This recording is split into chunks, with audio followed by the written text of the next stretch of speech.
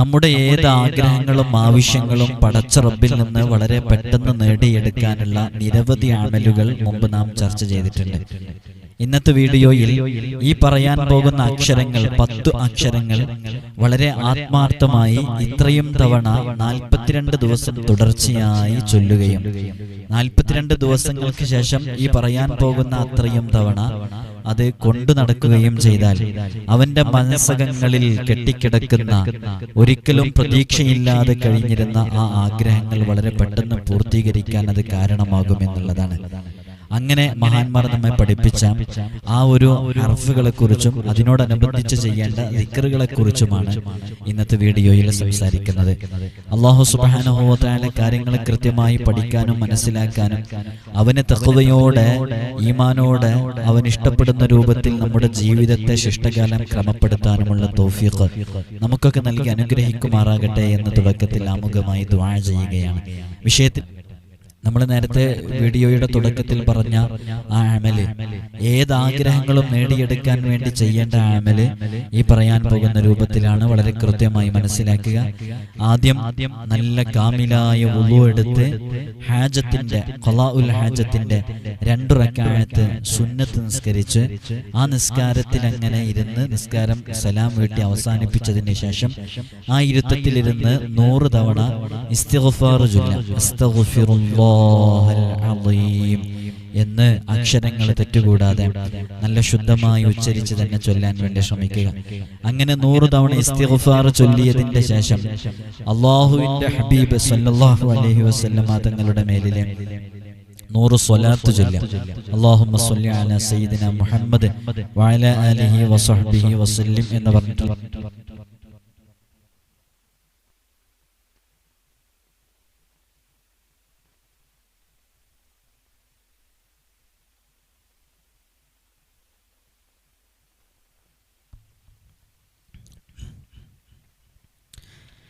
അങ്ങനെ 100 സ്വലാത്ത് അല്ലാഹുവിന്റെ ഹബീബ് സല്ലല്ലാഹു അലൈഹി വസല്ലമ തങ്ങളുടെ മേലിൽ ചൊല്ലിയതിന്റെ ശേഷം യാ ഹയ്യു യാ ഖയ്യൂം എന്നുള്ളത് 33 തവണ ചൊല്ലുക.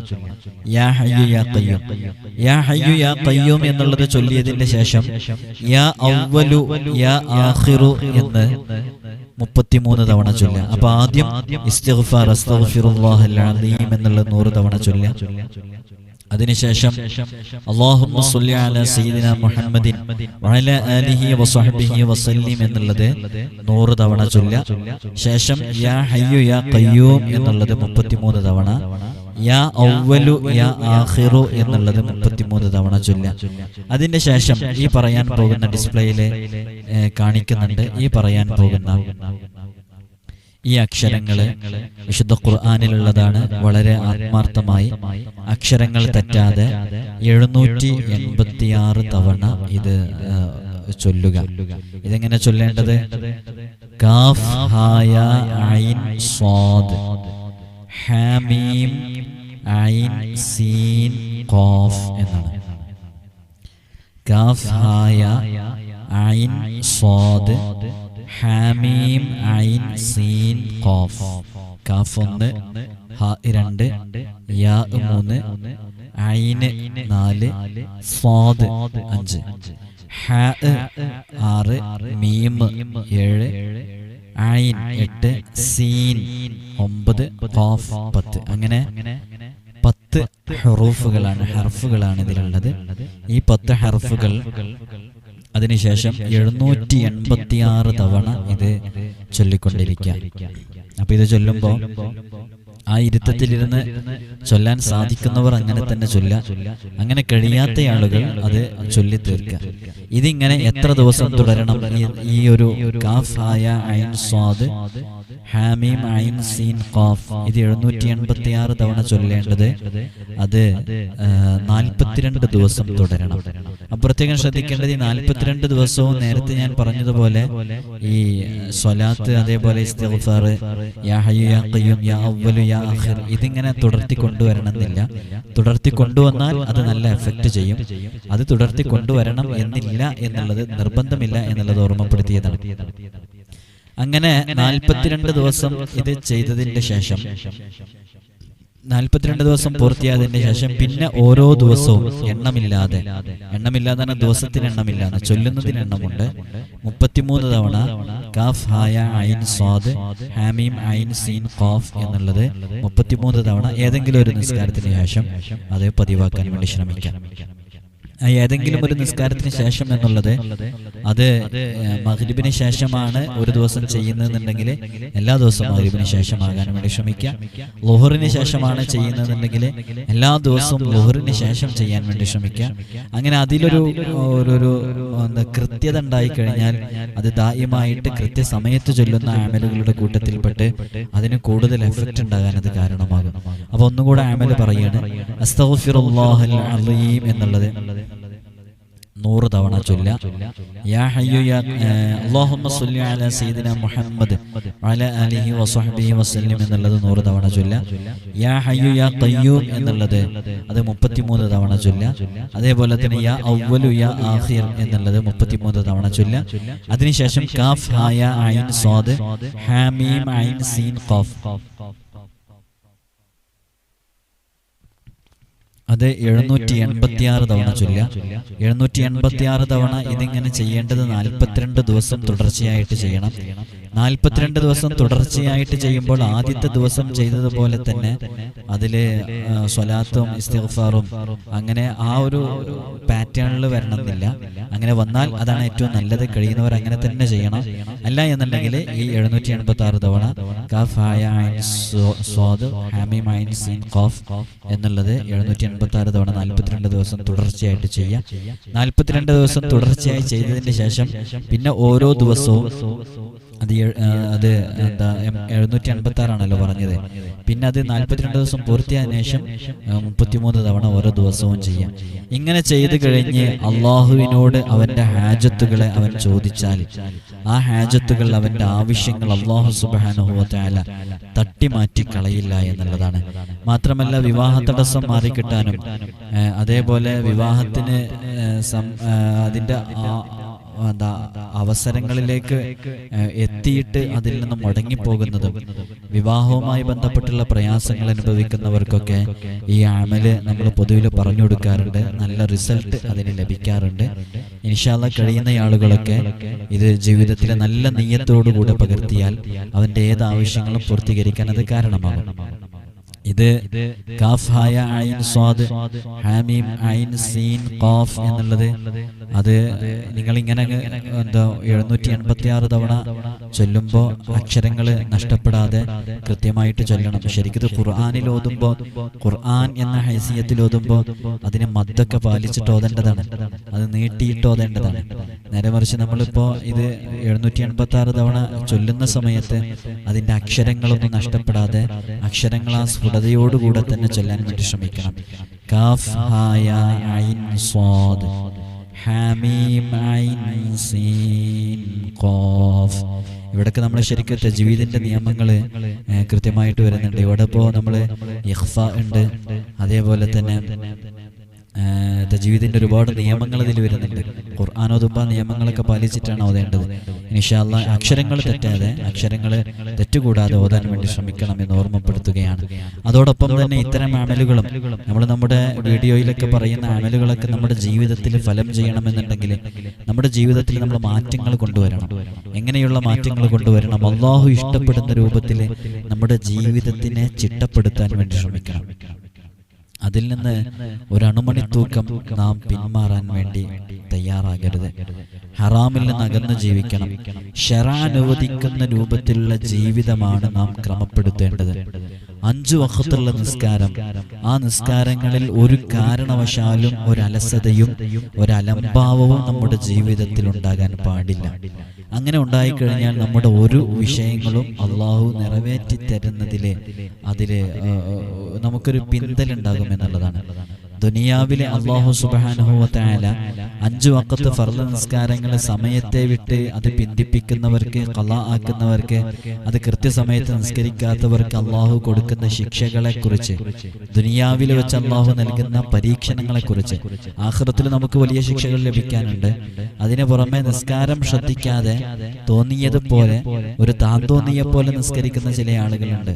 നമ്മൾ നമ്മുടെ വീടകങ്ങളിൽ എന്തെങ്കിലും പ്രോഗ്രാമുകൾ നടക്കുമ്പോൾ, എന്തെങ്കിലും ഫംഗ്ഷൻസിന് പോകുമ്പോൾ, എന്തെങ്കിലും പ്രോഗ്രാമുകൾക്ക് ഫ്രണ്ട്സിന്റെ കൂടെ യാത്ര പോകുമ്പോഴൊക്കെ നിസ്കാരത്തിൽ നമ്മളൊരു അലസത കാണിക്കണം. ളുഹർ വാങ്ക് കൊടുത്തു, നിസ്കരിക്കാൻ നമുക്ക് തോന്നുന്നില്ല. അസ്റാകാൻ നേരത്ത് നിസ്കരിക്കുക, അപ്പൊ അള്ളാഹു പറഞ്ഞ സമയത്ത് നിസ്കരിക്കാതെ അതിങ്ങനെ ബോധപൂർവം പിന്തിച്ചിട്ടോ അല്ലെങ്കിൽ അലസമായിട്ട് പിന്തിച്ചോ നടക്കുമ്പോൾ അത്തരം ആളുകൾക്ക് അള്ളാഹു ദുനിയാവിൽ വെച്ച് കൊടുക്കുന്ന പരീക്ഷണങ്ങളിൽ ഒരു പരീക്ഷണം മഹാന്മാർ എണ്ണിയിട്ടുണ്ട്.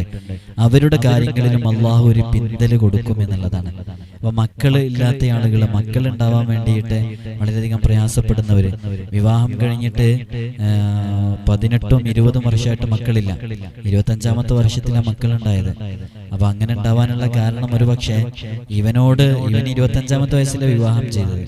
25ാമത്തെ വയസ്സിൽ വിവാഹം ചെയ്യുമ്പോൾ ഈ സമയം വരെ അവന് നിസ്കരിച്ചപ്പോ ളുഹർ ഇന്ന് വരെ കൃത്യമായിട്ട് അവൻ 1 മണിയുടെയോ 2 മണിയുടെയോ ഉള്ളിൽ നിസ്കരിച്ചിട്ടില്ല. അവനെ എപ്പോഴെങ്കിലും നിസ്കരിക്കുള്ളൂ. ആ നിസ്കരിക്കുന്നത് തന്നെ അസ്റിന്റെ തൊട്ട് മുമ്പാണ് നിസ്കരിക്കുക. അതെന്തിനാ അസ്റിന്റെ തൊട്ട് മുമ്പ് നിസ്കരിക്കുന്നത്? അപ്പൊ ഒരു വുളു കൊണ്ട് 2 നിസ്കാരം നിസ്കരിക്കാം. 3:49 അസ്ർ വാങ്ക് എന്നുണ്ടെങ്കിൽ അപ്പോ 3:45 അസ്ർ നിസ്കാരം, ളുഹർ നിസ്കാരം തുടങ്ങിയാല് അപ്പോഴേക്ക് അസ്ർ വാങ്ക് കൊടുക്കും. അപ്പൊ അസ്ർ വാങ്ക് കൊടുക്കുമ്പോൾ ഉടനെ തന്നെ അസ്ർ നിസ്കരിക്കാൻ പറ്റും. അപ്പോ സമയത്തിന്റെ ആദ്യത്തിൽ നിസ്കരിക്കുക എന്നുള്ളതിനെ മാറ്റിയിട്ട് സമയത്തിന്റെ അവസാനത്തിലേക്ക് നിസ്കരിക്കാൻ വേണ്ടിയിട്ട് എന്നും ഇങ്ങനെ പിന്തിപ്പിച്ചു വെക്കുക. ഏതെങ്കിലും ഒരു ദിവസത്തിൽ എപ്പോഴെങ്കിലുമൊക്കെ നമുക്ക് അനിവാര്യമായ ഘട്ടത്തിൽ അങ്ങനെ ആയിപ്പോകുന്നത് കൊണ്ടോ, ഇടയ്ക്കൊക്കെ അങ്ങനെ ആയിപ്പോകുന്നത് കൊണ്ടോ വിരോധമില്ല. പക്ഷേ അതങ്ങനെ ഒരു കൂടുതൽ സമയവും നമുക്ക് അങ്ങനെയാണ് സംഭവിക്കുന്നത് എന്നുണ്ടെങ്കിൽ നമ്മുടെ ജീവിതത്തിൽ മാറ്റം വരുത്തിയിട്ടില്ലെങ്കിൽ വലിയ വലിയ പരീക്ഷണങ്ങൾ ഇതുമായി ബന്ധപ്പെട്ട് നമുക്ക് നേരിടേണ്ടി വരും. നമ്മുടെ ജീവിതത്തിലെ മക്കളുമായി ബന്ധപ്പെട്ടിട്ട് മക്കൾ ഉണ്ടാവാൻ ഒരു പക്ഷേ ഇതേപോലെ ഒരു പിന്തല് വരും. നമ്മുടെ കച്ചവടത്തിൽ പ്രോഫിറ്റ് ലഭിക്കാൻ ഒരു പക്ഷേ ഇതേപോലെ പിന്തല് വരും. വീടും പുരയിടമൊക്കെ വിൽക്കാൻ വേണ്ടി വെച്ചിട്ടുണ്ടെങ്കിൽ അത് വിറ്റുപോകാൻ ഒരു പക്ഷേ ഇതേപോലെ ഒരു പിന്തല് വരും. നമ്മുടെ മക്കളെ എന്തെങ്കിലും വിഷയത്തിലകപ്പെട്ടിട്ട് അവരെ നമുക്ക് തിരിച്ചു കിട്ടുന്നില്ല, അവര് നമ്മുടെ അടുത്ത് നിന്ന് ഓടിപ്പോയതിന്റെ പേരിലോ മറ്റൊക്കെ ആയിട്ട് അവർ നമ്മുടെ അടുക്കലേക്ക് തിരിച്ചു വരുന്നില്ല. അപ്പൊ തിരിച്ചു വരാതിരിക്കാനുള്ള കാരണമായിട്ട് ഒരു പക്ഷേ ഇത് സംഭവിച്ചേക്കാം. കാരണം അള്ളാഹു നമ്മോട് പറഞ്ഞ കാര്യങ്ങളിൽ നാം ഒരു പിന്തല് കൊടുക്കുമ്പോൾ നമ്മുടെ കാര്യങ്ങളിലും ആ പിന്തല് പ്രതീക്ഷിക്കാവുന്നതാണ്. അത്തരം ഒരു പരീക്ഷണം വരും. അതുകൊണ്ട് തന്നെ നമ്മുടെ ജീവിതം ശറഅ അനുവദിക്കുന്ന രൂപത്തിൽ നമ്മുടെ ജീവിതത്തിനെ ക്രമപ്പെടുത്തുകയും 5 വഖത്ത് നിസ്കാരം സമയത്തിന് തന്നെ കൃത്യസമയത്ത് നിസ്കരിക്കാൻ വേണ്ടിയിട്ട് തയ്യാറെടുക്കുകയും വേണം. ഇത് മുഹറം മാസവും കൂടെയാണല്ലോ. ജമാഅത്തായിട്ട് നിസ്കരിക്കാൻ കഴിയുമെങ്കിൽ അങ്ങനെ തന്നെ നമ്മുടെ നിസ്കാരങ്ങൾ നിസ്കരിക്കുകയും പൂർത്തീകരിക്കുകയും വേണം.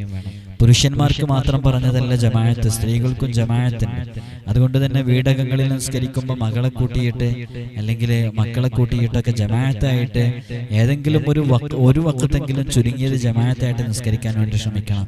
എന്ത് റാഹത്താണ് മക്കളെയൊക്കെ കൂട്ടിയിട്ട് സുബഹ് നിസ്കാരം ഉമ്മമാര് ജമാഅത്തായിട്ട് നിസ്കരിക്കുമ്പോൾ, മോനെ നീ നാളെ എഴുന്നേൽക്കുമ്പോൾ കുറച്ച് നേരത്തെ എഴുന്നേൽക്കും, ഉമ്മാക്ക് സുബഹ് നിസ്കരിക്കണം, ഉമ്മാന്റെ കൂടെ നീ നിസ്കരിക്കുന്ന പറഞ്ഞാല് ആ സുബഹ്, ആ പ്രഭാതം മുതൽ എന്ത് ബറക്കത്തുള്ള ജീവിതമാണ് ആ കുടുംബത്തിലുണ്ടാവുക. ആ മക്കള് പിന്നെ വഴിവഴക്കുവോ? അത് ഈ പ്രായത്തിൽ ചിലപ്പോൾ പിടിച്ചാൽ കിട്ടൂല. ചെറുപ്പത്തിൽ അങ്ങനെ ശീലിപ്പിച്ചാൽ പിന്നെ അത് ചിട്ടയിൽ അങ്ങനെ പോകും. അപ്പൊ ജമാഅത്തായിട്ട് നിസ്കരിക്കാൻ വേണ്ടി ശ്രമിക്കാം. ഞാൻ ഇതൊക്കെ പറയാൻ കാരണം നമ്മൾ എന്ത് അമലുകൾ പറയുമ്പോഴും നമ്മുടെ ജീവിതത്തിൽ നല്ല മാറ്റങ്ങൾ ഉണ്ടായിട്ടില്ലെങ്കിൽ അള്ളാഹുവിന്റെ നോട്ടം നമ്മുടെ ജീവിതത്തിലേക്ക് ഉണ്ടാവില്ല എന്നുള്ളതാണ്. അതുകൊണ്ട് തന്നെ നല്ല രൂപത്തിലാക്കുക. നാം കഴിക്കുന്ന ഭക്ഷണം അത് പൂർണ്ണമായും ഹലാലായ ഭക്ഷണമാണെന്ന് ഉറപ്പുവരുത്തുക. ഹറാമായ ഭക്ഷണം കഴിച്ച് ദുആ ചെയ്താൽ ദുആക്ക് ഇജാബത്ത് ഉണ്ടാവില്ല. അതുകൊണ്ട് ഹലാലായ ഭക്ഷണങ്ങൾ മാത്രമായിരിക്കണം കഴിക്കേണ്ടത്. അല്ലെങ്കിൽ പ്രാർത്ഥനകൾ നിഷ്ഫലമാകും, ആ പ്രാർത്ഥനകൾക്ക് ഇജാബത്ത് ഉണ്ടാകൂല. അതുകൊണ്ട് നമ്മുടെ വീടകങ്ങളിലേക്ക് നമ്മുടെ കാര്യസ്ഥന്മാർ കൊണ്ടുവരുന്ന ഭക്ഷണം അത് ഹലാലായ ഭക്ഷണമാണോ എന്ന് ഉറപ്പുവരുത്തുക. ഹറാം ഒരു കാരണവശാലും നമ്മിലേക്കോ നമ്മുടെ മക്കളിലേക്കോ അവരുടെ വയറിലേക്ക് എത്താതിരിക്കാൻ വേണ്ടി പരമാവധി നാം ശ്രദ്ധിക്കണം. കഴിയുന്നത്ര നോമ്പുകൾ, സുന്നത്ത് നോമ്പുകൾ മാസത്തിൽ ഒരിക്കലെങ്കിലും സുന്നത്ത് നോമ്പ് നോൽക്കാൻ വേണ്ടി ശ്രമിക്കണം. ഏതെങ്കിലും ഒരു തിങ്കളാഴ്ചയുടെയോ അല്ലെങ്കിൽ ഏതെങ്കിലും ഒരു സുന്നത്ത് നോമ്പ്, ഒരുപാട് നോമ്പുകൾ ഉണ്ടാകും. ഇപ്പൊ ഈ മാസത്തിൽ തന്നെ മുഹറം 9-ന്റെയും 10-ന്റെയും നോമ്പുണ്ട്. മുഹറം 10 വളരെയധികം പുണ്യമുള്ള നോമ്പാണ്. കഴിഞ്ഞു പോയ ഒരു വർഷത്തെ ദോഷങ്ങൾ അള്ളാഹു പുറത്തിരുന്ന നോമ്പാണ്. ജാഹിലിയ കാലഘട്ടത്തിൽ മുത്തനബി സല്ലല്ലാഹു അലൈഹി വസല്ലം തങ്ങളുടെ നബുവത്തിന്റെ മുമ്പ് തന്നെ, മുത്തനബി തങ്ങളുടെ പ്രവാചകത്വത്തിന്റെ മുമ്പ് തന്നെ മുഹറം 10-ന്റെ നോമ്പ് ഖുറൈശികൾ നോൽക്കാറുണ്ടായിരുന്നു എന്നുള്ളതാണ്. മാത്രമല്ല നബി സല്ലല്ലാഹു അലൈഹി വസല്ലം തങ്ങളും നോൽക്കാറുണ്ടായിരുന്നു. നബി തങ്ങൾ മദീനയിലെത്തി നോക്കുമ്പോൾ ജൂതന്മാരും മുഹറം 10-ന്റെ നോമ്പെടുക്കുന്നുണ്ടായിരുന്നു. അപ്പൊ ജൂതന്മാരെന്ത് മുഹറം 10-ന്റെ നോമ്പെടുക്കുന്നതെന്ന് മുത്തനബി തങ്ങൾ ചോദിച്ചപ്പോൾ നബി സല്ലല്ലാഹു അലൈഹി വസല്ലം തങ്ങളോട് ജൂതന്മാർ മറുപടി പറഞ്ഞത്, ഈ ദിവസത്തിലാണ് മുഹറം 10-ന്റെ അന്നാണ് യഹൂദികളെയും ബനു ഇസ്രായേലുകാരെയും അതേപോലെ തന്നെ മൂസാ നബിയെയും അല്ലാഹു സുബ്ഹാനഹു വ തആല ചെങ്കൽ കടത്തി രക്ഷപ്പെടുത്തിയത്.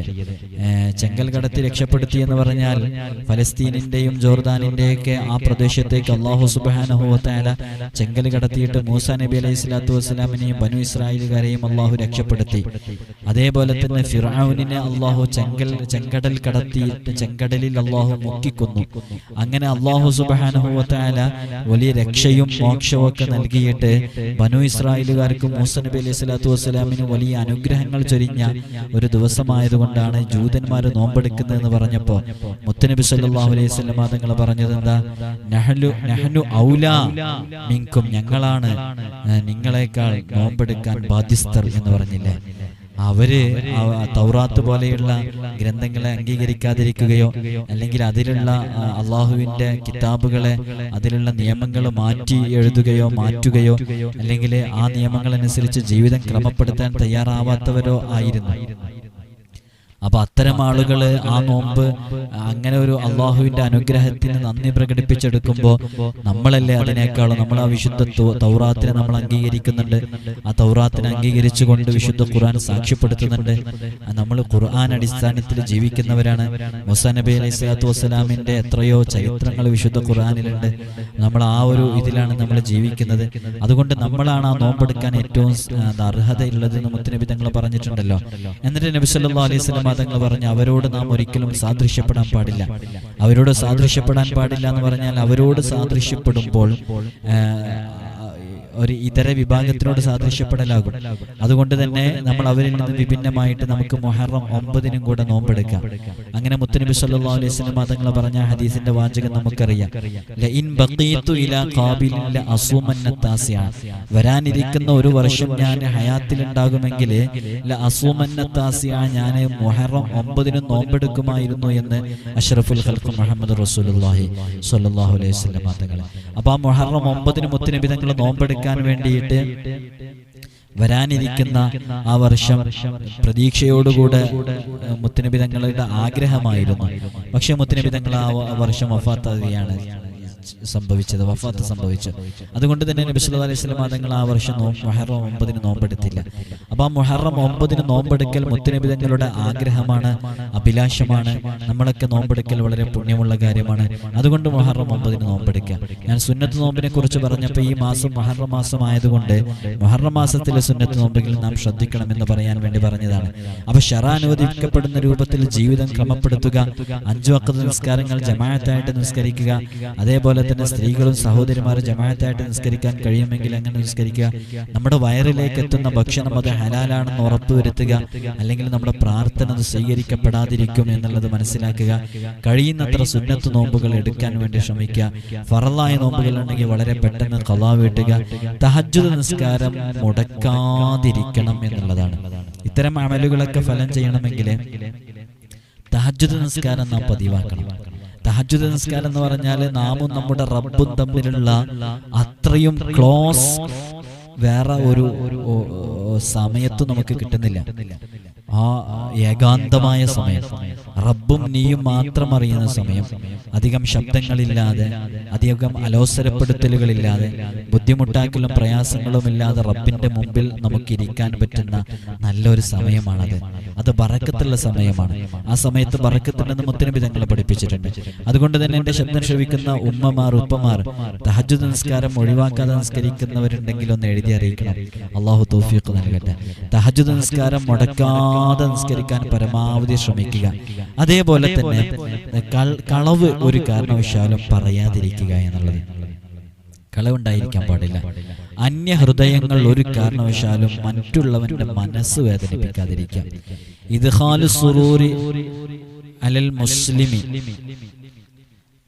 അലാ ഖൽബിൽ മുസ്ലിമി സദഖത്തുൻ എന്ന് മുത്തുനബി തങ്ങൾ പറഞ്ഞിട്ടുണ്ട്. ഔ കമാ ഖാൽ, അഥവാ ഒരു മുഅ്മിനായ മനുഷ്യന്റെ ഹൃദയത്തിലേക്ക് സന്തോഷത്തിനെ പകർന്നു നൽകുക എന്നുള്ളത് അത് സ്വതക്കയാണ് എന്ന് നബി തങ്ങളെ പഠിപ്പിച്ചിട്ടുണ്ട്. അപ്പൊ ഒരാളുടെയും മനസ്സ് വേദനിപ്പിക്കാതിരിക്കുക, മനസ്സ് വേദനിപ്പിക്കാതിരിക്കുക എന്നുള്ളതിനേക്കാളും ഉപരി മറ്റുള്ളവരെ സന്തോഷിപ്പിച്ച് ജീവിക്കാൻ കഴിയുക, അതൊരു സ്വതക്കയാണെന്ന് പഠിപ്പിക്കപ്പെട്ടിട്ടുണ്ട്. അതുകൊണ്ട് തന്നെ കളവ് പറയാതെ ഒരു നിലക്കും പറയാതിരിക്കുക, മറ്റുള്ളവന്റെ മനസ്സ് വേദനിപ്പിക്കാതിരിക്കുക. ഇൻ കേസ് ആരുടെയെങ്കിലും മനസ്സ് നാം കാരണമായിട്ട് നൊന്തിട്ടുണ്ടെങ്കിൽ, അവനതിന് നോവ് അനുഭവിക്കുന്നുണ്ടെങ്കിൽ, അവന്റെ മനസ്സിൽ ഇപ്പോഴും അതുമായി ബന്ധപ്പെട്ട് നമ്മോട് എന്തെങ്കിലും ഒരു അനിഷ്ടം ഉണ്ടെങ്കിൽ അത് വളരെ പെട്ടെന്ന് തന്നെ പറഞ്ഞു തീർക്കാൻ വേണ്ടി ശ്രമിക്കുകയും ആ ബന്ധം റീകണക്ട് ചെയ്യാൻ വേണ്ടി അത് ശ്രമിക്കുകയും ചെയ്യുക. അപ്പൊ അതിലൊക്കെ ബറക്കത്തുണ്ടാകുമെന്നുള്ളതാണ്. വായാടിയെ പോലെ സംസാരിക്കാതിരിക്കുക. ഇതൊക്കെ ഞാൻ നമ്മുടെ ജീവിതം ക്രമപ്പെടുത്താനുള്ള ചില ടിപ്സുകൾ പറഞ്ഞുതരാം. വായാടിയെ പോലെ സംസാരിക്കാതിരിക്കുക. എപ്പോഴും ഇങ്ങനെ സംസാരിക്കുക എന്നുള്ളത് അത് നല്ല ശീലമല്ല. ഇദാ തമ്മ അഖ്ലുഹു ഖല്ല കലാമുഹു എന്നുള്ളതാണ്.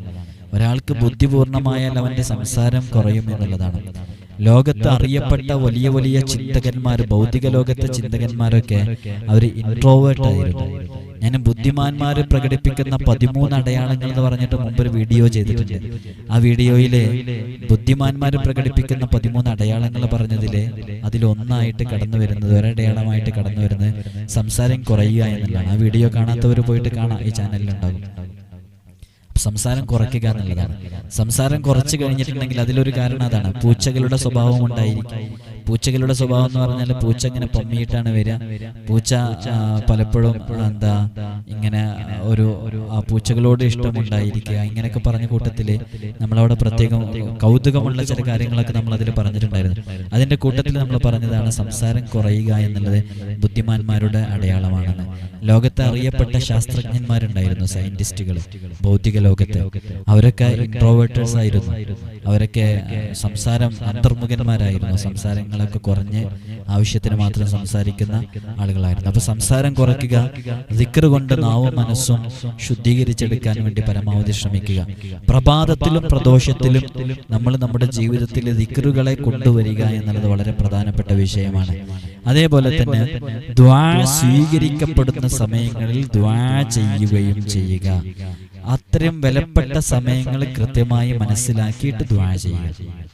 വെള്ളിയാഴ്ച രാവ് പോലെയുള്ള ദിവസങ്ങൾ, വെള്ളിയാഴ്ച പകല് പോലെയുള്ള ദിവസങ്ങൾ, തിങ്കളാഴ്ച സുബ്ഹിയോടടുത്ത സമയം, അതുപോലെ തന്നെ അറഫയുടെ ദിവസം, ഇങ്ങനെ തുടങ്ങി ദുആക്ക് ഇജാബത്ത് കിട്ടുന്ന ഒരുപാട് സന്ദർഭങ്ങൾ നമ്മളൊരു വീഡിയോ മുമ്പ് ചെയ്തിട്ടുണ്ട്.